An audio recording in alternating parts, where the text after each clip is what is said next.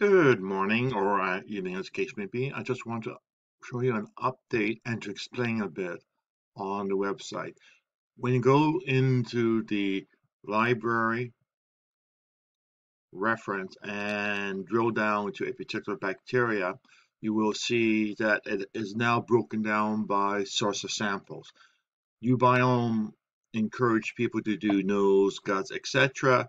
And some people have uploaded their results. Now, one of the reasons I went over to breaking them down, well, there's actually two reasons. One is to make sure the data is cleaner for detecting what is abnormal.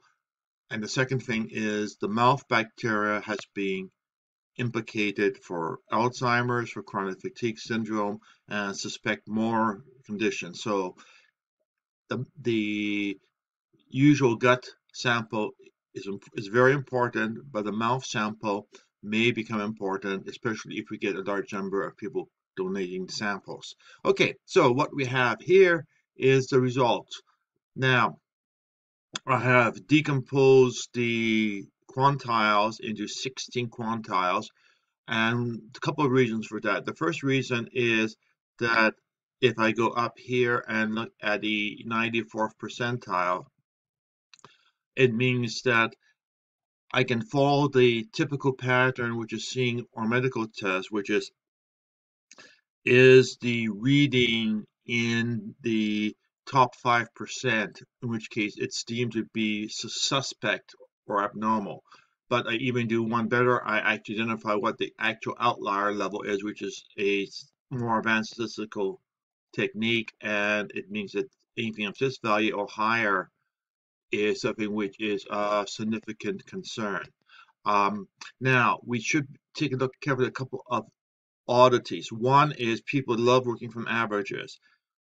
That's nice for things, but not for the microbiome. It is asking for misreading or misinterpretation.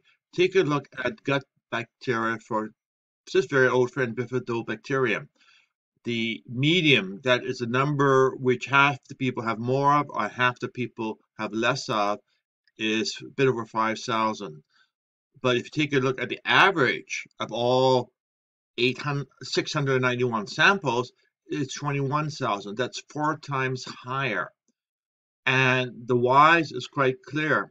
Over here we have some people with very high count, which shoves the mean way up. The result is using the mean and using charts from mean. For example, Ubiome usually use means to represent their data, and I would deem that to be a misrepresentation of the actual data. It's simplistic, but it's totally misleading.